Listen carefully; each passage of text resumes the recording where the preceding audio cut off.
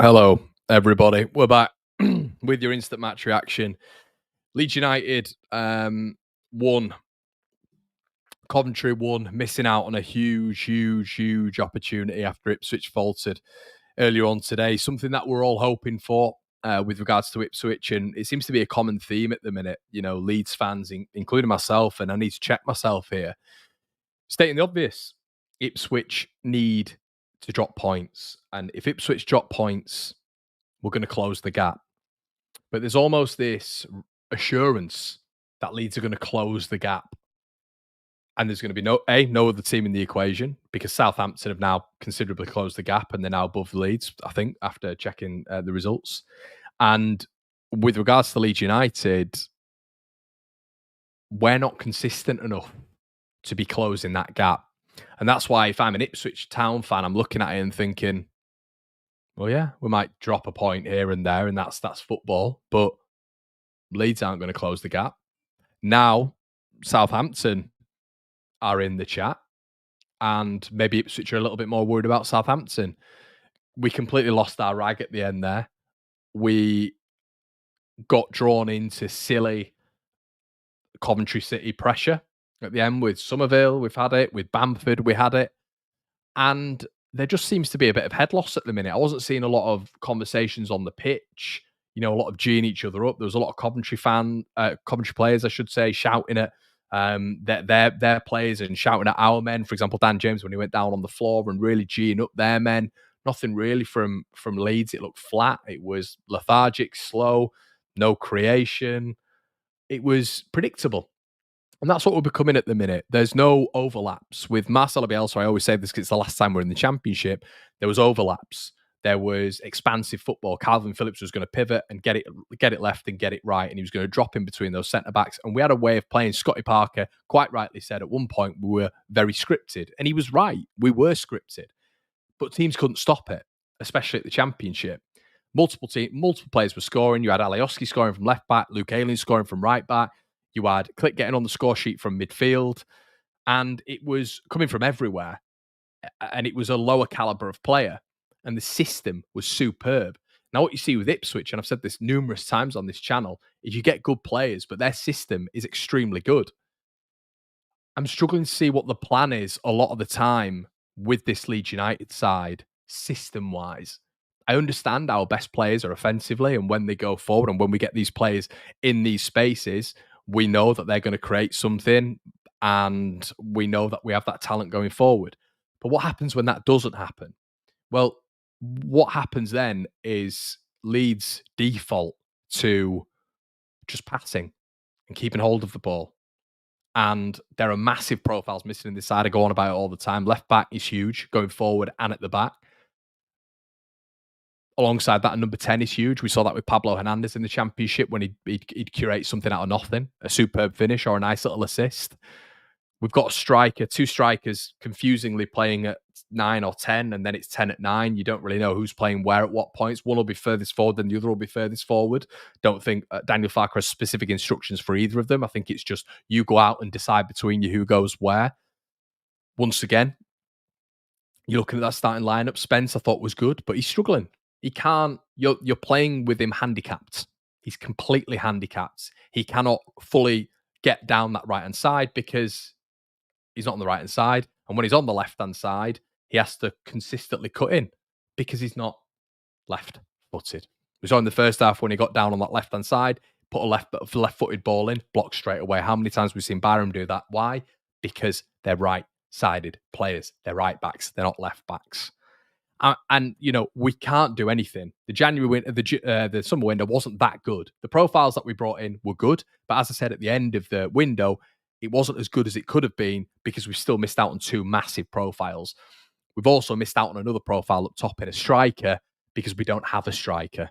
Perot isn't a striker. People keep saying to me, play him number 9, play him number 9, play him number 9. He's not a number 9. He's really not a number 9. All he does is drift back. That's what he does. It's where he was a marksman for Swansea on the edge of that D. He drifts consistently. He's not an out-and-out number 9. There's many out-and-out number 9s in this division. He certainly isn't one. You saw one on the opposition side today. There was Haji Wright who came on, who's almost a number 9. but Ellis Sims is a number 9. That's what he is, on the last line of defence all the time. Perot isn't that. So he's not a number 9. So there's a lot to go into, really. I'm just going to get my thoughts out before I get into the comments, everyone. But I'm massively disappointed with that. It's another opportunity missed. Harks back to when Ipswich lost to West Bromwich Albion away, Leeds drew to Rotherham. It's difficult at this moment in time to say we're going to catch that top 2 because the points total's massive. And when they do drop points, Leeds, there will be a point where they falter. Leeds will falter in maybe the 2 games of which Ipswich have then dropped points. So it's difficult. It's difficult to really say to you conclusively, yeah, we're gonna drop, we're gonna get to that top 2, because then I sound deluded. Because what am I basing it on? I can't really base it on anything. We've not really been in the top 2 whatsoever. I don't even think we have been in the top 2 whatsoever this season. When we have marginally closed the gap, our consistency then opens the gap up again, and then Ipswich get back onto one of those runs again. And then as a fan base, we always talk about Ipswich playing Norwich, Leicester and Leeds. But then our games, we screw up. So and this is what I was saying for the December period. How are we going to close the gap if we can't do our job? We're all so focused on what Ipswich are doing, and Southampton have gone above us. So, I mean, Coventry scored that goal then. How many times have we seen it this season? We've seen it with Bristol City. We've seen it with Huddersfield. We've seen it with Middlesbrough. Teams aren't in the game. West Brom, teams aren't in the game. Cardiff. But they score against Leeds United. Immediately after they scored the first, they could have scored the second with O'Hare.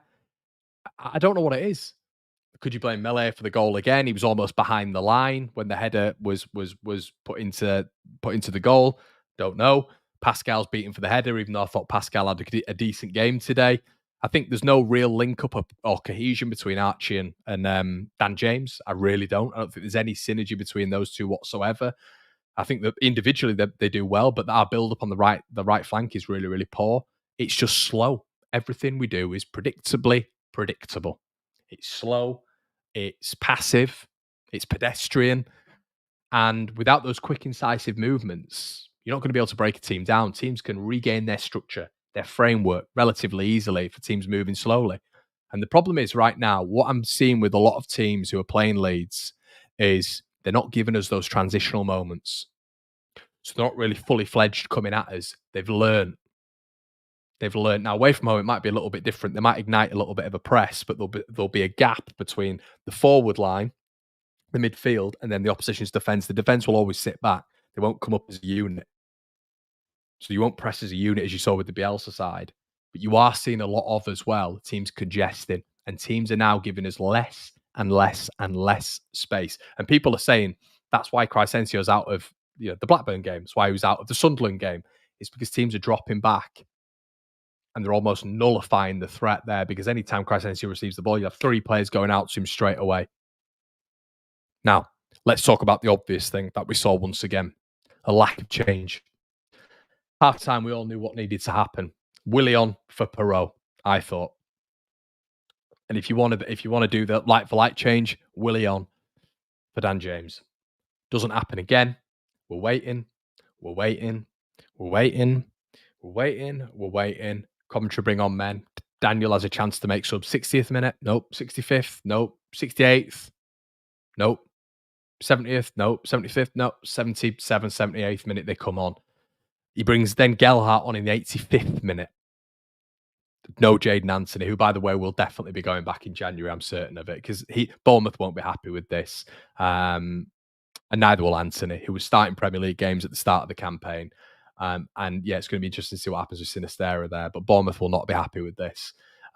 So it's the proactiveness of the guy. I spoke to Chris Reeve on Talk Norwich City, and he said this at the start when we got him. He said he's stubborn.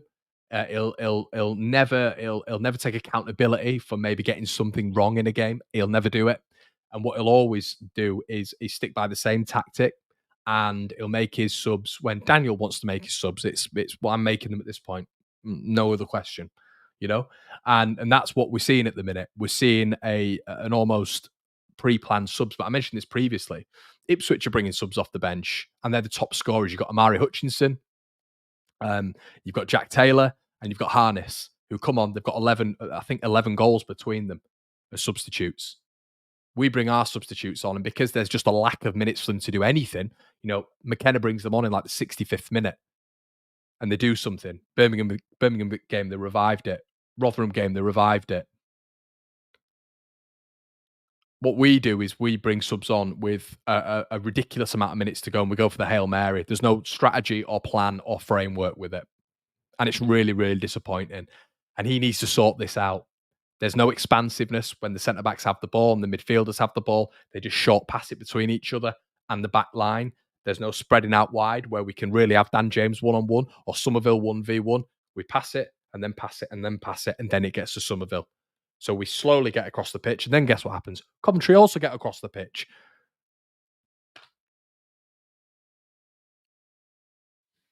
Let me get into a few of your comments. There's loads of you in the building here. Such a frustrating to watch. So wasteful and wrong decisions going forward, not good enough. And Mikey, what I'll say with that, mate, is the XG, I've mentioned this in the watch along, is the highest. We should be top with our XG. Dan James epitomised that at the end when he's thrown on goal, has to put it within 12 yards and puts it 2 yards wide. With the highest XG in the division, we are number one, which means even at our points tally right now, Leeds United have created more chances in-game XG-wise than any other side. So that just shows that when people think our attacking quartet and players off the bench are potent, they're not. And that's backed up by underlying data because we are where we are. A few of your comments, claims to sack Farker are wild. Who are you going to bring in? I do agree with that. I do agree with that. I don't think right now is the moment to sack Daniel Farker. I do think, though, these people who are consistently coming on and saying he's not to blame and he's won 2 promotions, it's completely deluded. It's a completely different year, completely different season, completely different state. He's had different managerial jobs in between. He won't be the same manager. And that was time ago now. And Leeds are in a different phase as well. We have completely different profiles of player that he had at Norwich. He had Buendia, Pookie, Aarons, Lewis, who from day dot in that second season. In every single position was sorted. It was a balanced side. Our team isn't balanced. There's a severe imbalance. So we cannot keep saying, "Oh, well, fuck, got so and so promoted." Hopefully, he gets backed in January. We were told that he'll get loans. If we're getting loans, 2 loans, are we going to be able to do the business that we need to do? I don't think so. I think we're going to need actual collateral capital to go out there and do damage in the window. And teams in and around us will do damage in the window. So we not only have to keep up, but have to evolve as well. Johnny says, completely blown it. Only Leeds can do this. Scooby-Doo says, grower, spine, give them some pasty back and learn how to cross the ball. It's another thing, isn't it? And it's a variation. Really, it's when you bring Bamford on, and this is what I don't really understand, and maybe you guys think differently to me.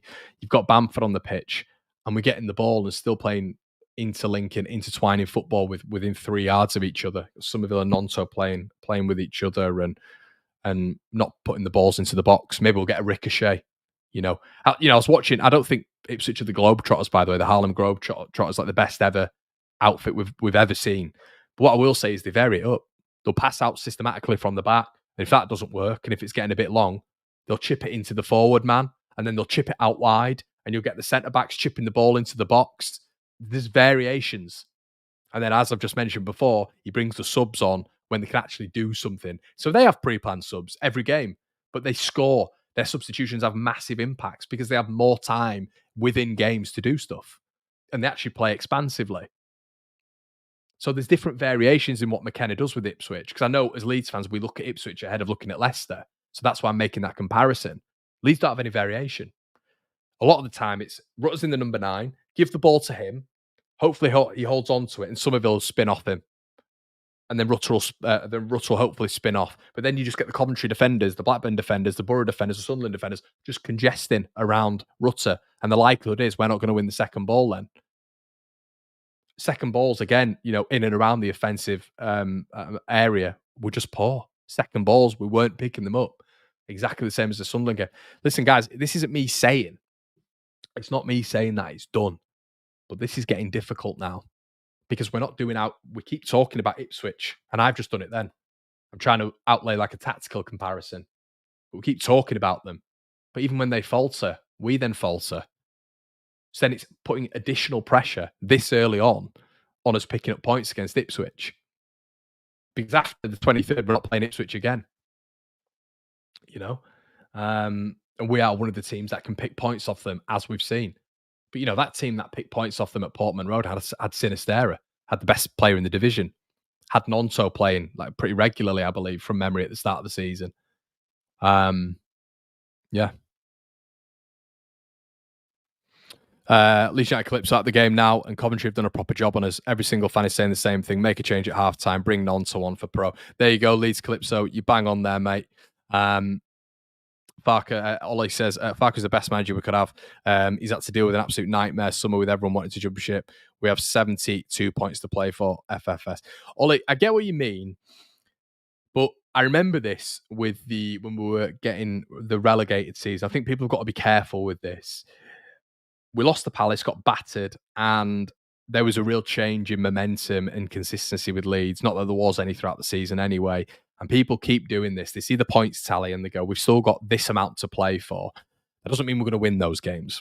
Doesn't mean that we're consistently going to be able to pick up points and that Ipswich are going to lose all those games. Southampton and Leicester are going to lose the games which really close the gap. I'm not saying we can't do that. Of course I'm not.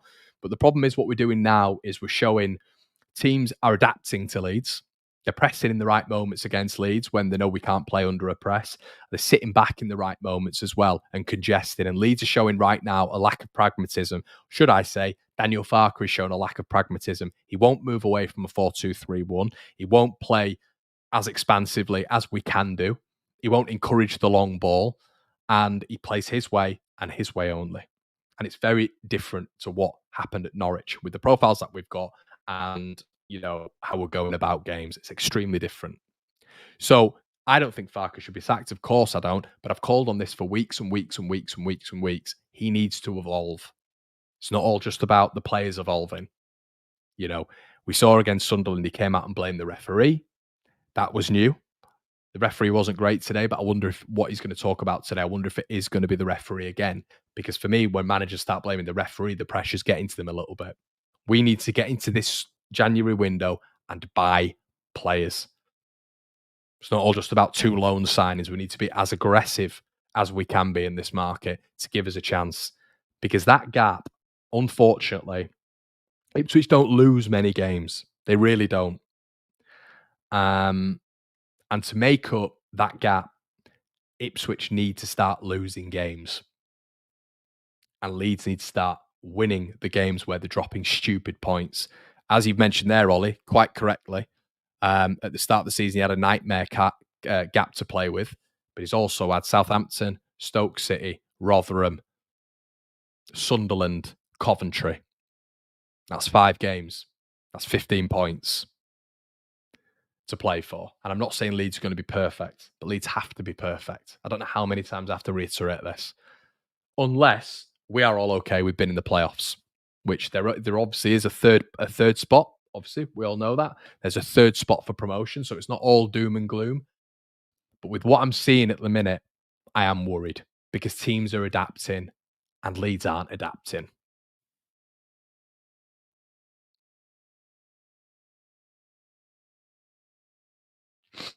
Spence has not taken a lad for a run the whole game. Sam Byram is massively missed down the left. Georgie needs to learn to shoot no power on his shots straight at the keeper. So many times, if you want the number 9, put the ball in the net, pal. Left backs don't win games. Yeah, but left backs protect games. And left backs do win games. Leif Davis has got 9 assists. Come on, Carl. We're not in this archaic world of strikers. Lee Chapman wins us games here. Left backs win games in this modern era. Left backs are massive.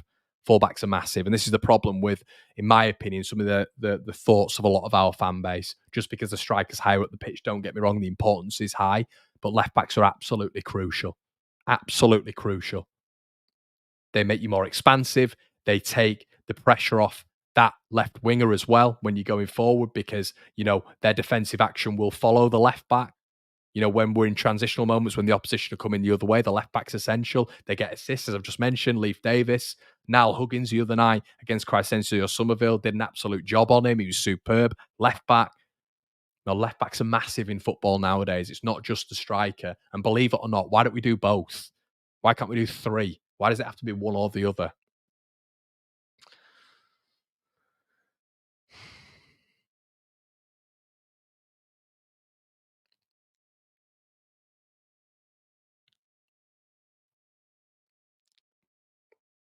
Yeah, and that's where I'm at, Ryan. We've not had a left back for about 6 years. I don't know what else to say other than that, mate. You bang on. Um, if McKenna had any sense, he'd sit back and counter because of our threat out wide pace, but he won't. He's got full belief in his system will beat anyone, and I don't have that belief watching us. Here's a question. If we're to beat Ipswich, we will be on a massive high, of course, and the points will be reduced to 7, and then obviously they play Leicester, it can be reduced to 4 there. That's the positive way of looking at it. I think we lose to Ipswich. Let's get into a few of your super chats. HB, thanks, Thomas. Really appreciate that, mate. THB again, thanks, pal. Ipswich look far better than us, Connor. I agree with you, Thomas. I agree. Systematically, they are, mate. They are. Listen, I know there's a lot of people who maybe are a little bit frustrated at the fact that we're criticizing them. I think they need to be criticized at the minute. It's just my opinion. You're on this channel for a certain viewpoint. I agree. I think Ipswich do look better than us at the minute. Yeah, I know, but hopefully we can get the win. The win over them at home. That's all we can. That's all we can hope. Really is. Jeff with a different opinion here. Club are doing well, steady the ship solidly in the playoffs, get behind them. Improvement coming second half of the season. We will still be playoffs, not auto. And you would. So there you go. And that's the thing. So that's my point right now. If I'm not sure I'd have taken being 10, 11 points behind Ipswich at the start of the season with the squad that we've got. But if there's a spin on this, I'm not saying it's done already, but if there is a spin, people can say that, like Jeff, we're at least going to make the playoffs. So if that's how you look at it, I don't want to look at it like that because I don't want Leeds in the playoffs because, Leeds in the playoffs. The playoffs is a complete lottery. It really is. I want Leeds to be definitively in that top 2. But that's where you get around it mindset wise. If you just discount the top 2 now and you focus on Leeds just going forward and getting stronger, yeah, that's not a bad way of looking at it. And then there's a shootout at the end of the season, but that shootout can go either way. And that's why I think a lot of Leeds fans are stressed at the minute. 'Cause at the start of the season, a lot of people believe we will be top 2. And I think right now, with Ipswich coming up next, Leeds are in a very, very vulnerable position, in my opinion. But I could be wrong. I've been wrong plenty of times before, and let's hope we can change it. Jack says, didn't Ipswich draw with Norwich, who we beat? Did we beat Ipswich? Didn't we beat Ipswich? Didn't we beat Leicester? Don't we have similar or more points than Burnley did last day? I don't know why that makes any sense, Jack. The last point, mate. Look, I know what you're saying, mate. Why is that relevant right now? This Burnley point does my absolute tits in. It doesn't make any sense. We're at more points than Burnley are, and what? It's a completely different season. We're 10, 12 points behind the top 2, and now we're 2 points behind Southampton. What relevance is that? We did beat Ipswich at the start of the season. We did, and that's a big, big positive, and it gives us confidence going into this stage of the season. Didn't we beat Leicester? We did beat Leicester, but with like 11, 12 points behind Leicester. I don't know what that means because those results were fantastic as outliers, but the problem is the consistency, mate. The consistency is the big issue here. It's dropping points to teams like that today, and Rotherham and Southampton and Stoke and Sunderland. That's the problem.